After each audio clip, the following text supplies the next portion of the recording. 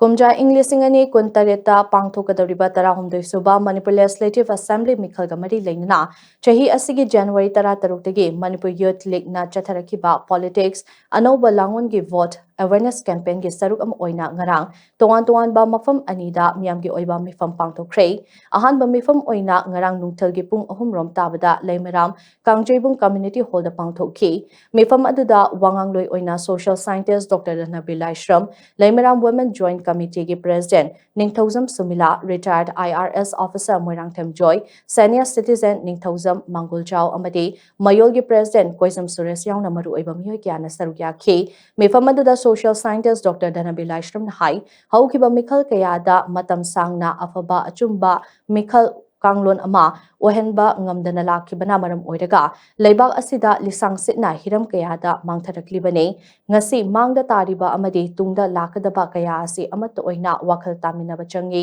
mayolgi campaign asida miyam hupna yawshinba mathau tai haiki amaronda mayolgi president Koisam Suresh na hai akhoi politics ta yawshin se lamdam asida oirakliba fibam asida aigi migi yengnaduna akhoi mikhalgi matamda emotion da chatpagi matamna tre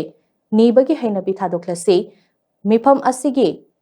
Kutangda Miam Hupna, Wakaltamina Rabadi, Chaukatpa, Nunga Yaifaba, Intapa Amadi, Tong Manaba Lamdam Ama, Soidana Oirakani Haiki, Anisuba Mifamna, Brahmapur Aribam Lekaida Pangtoki, Mifamasida, Wayalkati, Nungtal Pauchegi, editor Hemanta Ningomba, Hemanta Kumar Ningomba, Youth Club Brahmapur ki President Adhikari Mayum, Gichandra Amade Mayol ki Vice President, Lashram James Yauna Maru Oiba Miyoy Kyaso Sarugya Ki, Meva Madada Lashram James na Hai, Manipurna India da Tindringay da Samitlon da Iromdom Hinjarami, Ngasi India da Tillaba Matung Chahi Humfutara Taruki, Matung Asidari Kamtengna, Lairaba Kamtengna, Mipal Tang Naka Hingba Leba Ama Oide.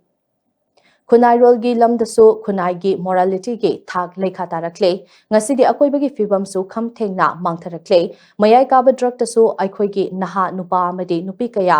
Iraq naduna leire malem gi popi thabagi map ta irepak su yaure amadi drug amasong narco terrorism gi hotspot ama oide pumnamak asigi solution ase politics na purakani haibase mayol gi chapchana thazabani haiki